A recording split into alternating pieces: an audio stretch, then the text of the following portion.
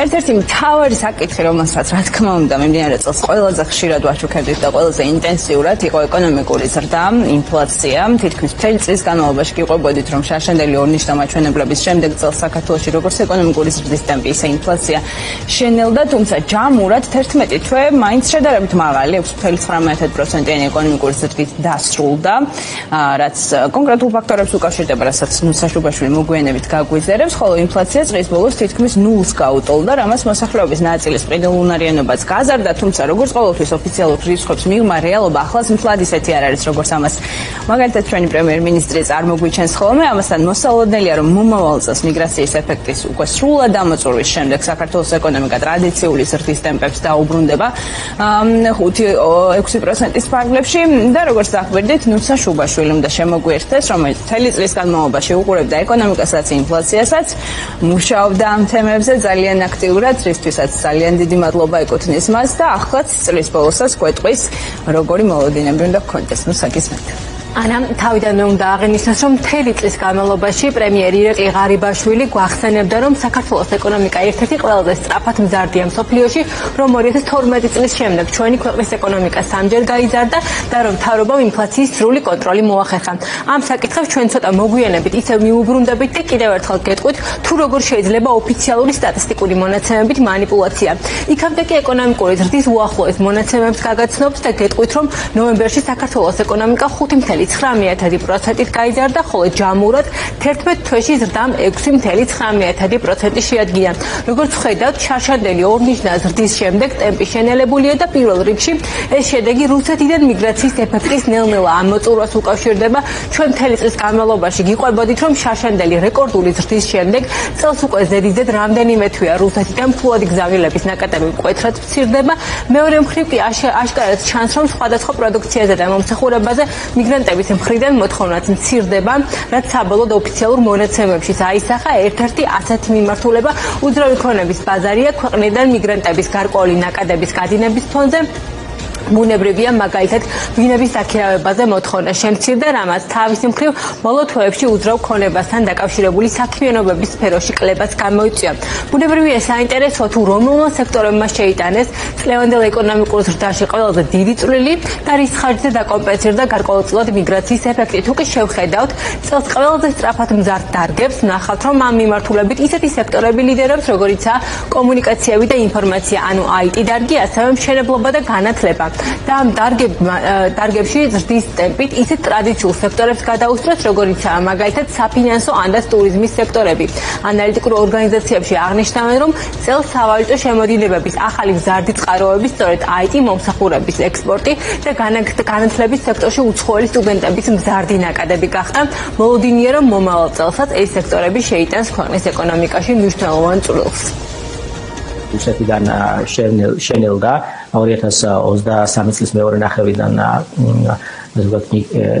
ფულადი გზავნილები, თუმცა ეს გარკვეულწილად ბალანსდება ჯამურ ჭრილში სხვა ქვეყნებიდან და ასევე მთლიან ბალანსს თუ შევხედავთ, სხვა შემოსავლებით არის დაბალანსებული. მიმდინარე წლის ამ ზრდაში ეს ზრდა ძირითადად მომსახურების სექტორმა განაპირობა, რომელთაგან აღსანიშნავი არის კონტრიბუციის თვალსაზრისით ინფორმაციისა და კომუნიკაციის დარგი, ასევე მშენებლობის, საფინანსო საქმიანობის, ასევე გვაქვს უმრავლესობის დარგები, სახელმწიფო მმართველობა, განათლების დარგი, რომელმაც გამორჩეულად მაღალი კონტრიბუცია შეიტანეს ეკონომიკურ ზრდაში და ვფიქრობთ, რომ ეს ტენდენცია გაგრძელდება მომდევნო წელსაც. ახლა კიდევ ერთხელ რომ მივუბრუნდეთ პრემიერის ბოლოდროინდელ განცხადებებს 2012 წლის შემდეგ სამჯერ გაზრდილ ეკონომიკასთან მიმართებაში. ნომინალურ გამოსახულებაში რომ შევხედოთ, 2012 წლის შემდეგ ქვეყნის მთლიანი შიდა პროდუქტი მართლაც თითქმის სამჯერ 27 მილიარდი ლარიდან 80 მილიარდ ლარამდე გაიზარდა. თუმცა ბუნებრივია, ეს არაა რეალური ზრდა, რადგან მასში გათვალისწინებულია ინფლაციის ეფექტიც, ანუ რაც უფრო მეტად გაძვირდება მოსახლეობისთვის სხვადასხვა პროდუქცია და მომსახურება, მით მეტად გაიზრდება ქვეყნის მთლიანი შიდა პროდუქტი ნომინალურ გამოსახულებაში. შესაბამისად, ეს მაგალითიც გვაჩვენებს, რომ არც თუ იშვიათად პრემიერის მიერ მოყვანილი განცხადებები ეკონომიკურ ზრდასთან მიმართებაში რბილად რო ვთქვათ, манипуляციურია და პირდაპირ არასახავს იმას, თუ რამდენად გაუმჯობესდა მოსახლეობის ცხოვრების დონე და გაიზარდა მოქალაქეების წყიდო უნარიანობა. ბუნებრივია უკეთესი ინდიკატორი ეკონომიკის რეალური ზრდა, რომელიც ბოლო 2 წელში მიგრაციის ეფექტის გათვალისწინებით მართლაც მაღალი იყო, თუმცა თითქმის ყველა საერთაშორისო საფინანსო და ასევე ადგილობრივი ანალიტიკური ორგანიზაცია ელის, რომ მომავალ წელს ამ ეფექტების ამოწურვის შემდეგ საქართველოს ეკონომიკური ზრდის ტემპი კვლავ მის ტრადიციულ მაჩვენებლებს 4-5%-ის ფარგლებში დაუბრუნდება.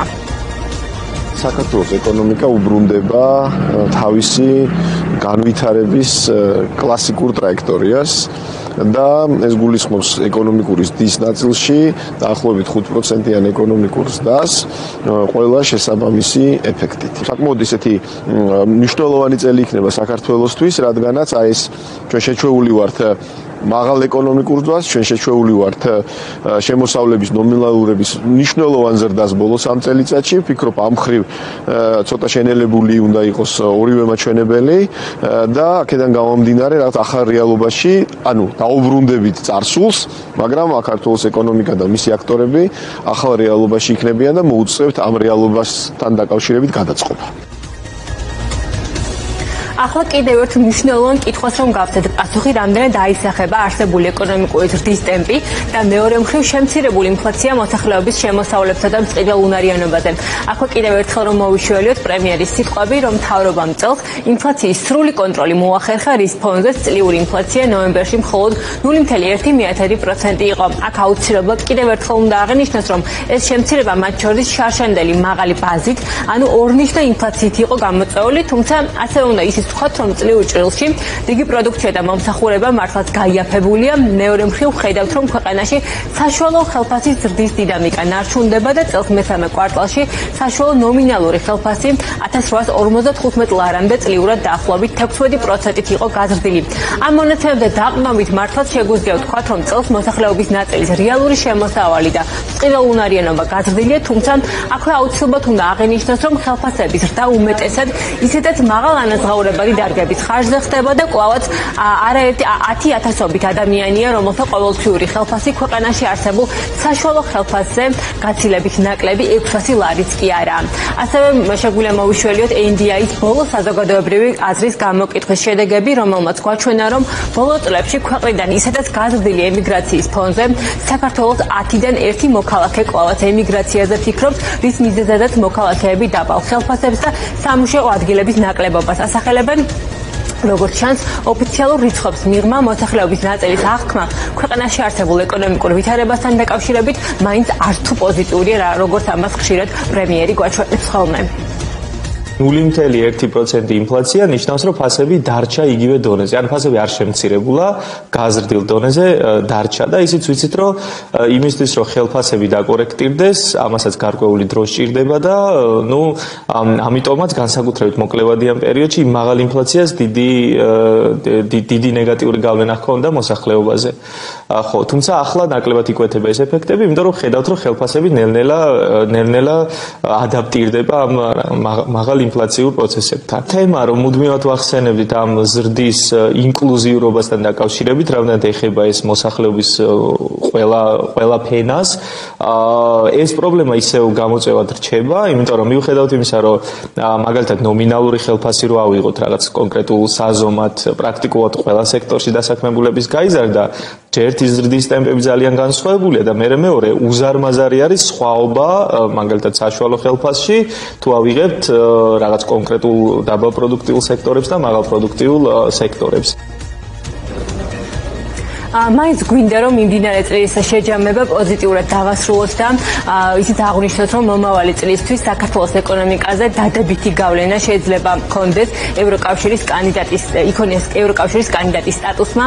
ანალიტიკურ ორგანიზაციებში მიაჩნიეთ რომ ამ ფაქტორმა შესაძლოა ქვეყანას დამატებითი პირდაპირ უცხოური ინვესტიციები მოუტანოს და ასევე გაზარდოს ბიზნესის აქტივობას, თუმცა ბუნებრივია ამისთვის ზოგადად კანდიდატის სტატუსის ჯეროვნად გამოსაყენებლად სწორი რეფორმების გატარებაა საჭირო. შესაბამისად მომავალი წლისთვის ჩვენი ერთ-ერთი მთავარი სურვილი ნამდვილადაა, რომ უკვე 2024 წლის შეჯამებისას ჩვენს ეკონომიკაში გატარებულ იმ ფუნდამენტურ რეფორმებზე ვისაუბროთ, რომელიც ერთი მხრივ ეკონომიკურ ცდას უფრო მდგრადს გახდის, ხოლო მეორე მხრივ კიდევ უფრო მეტად დაგვაახლოებს ევროპასთან და ევროპულ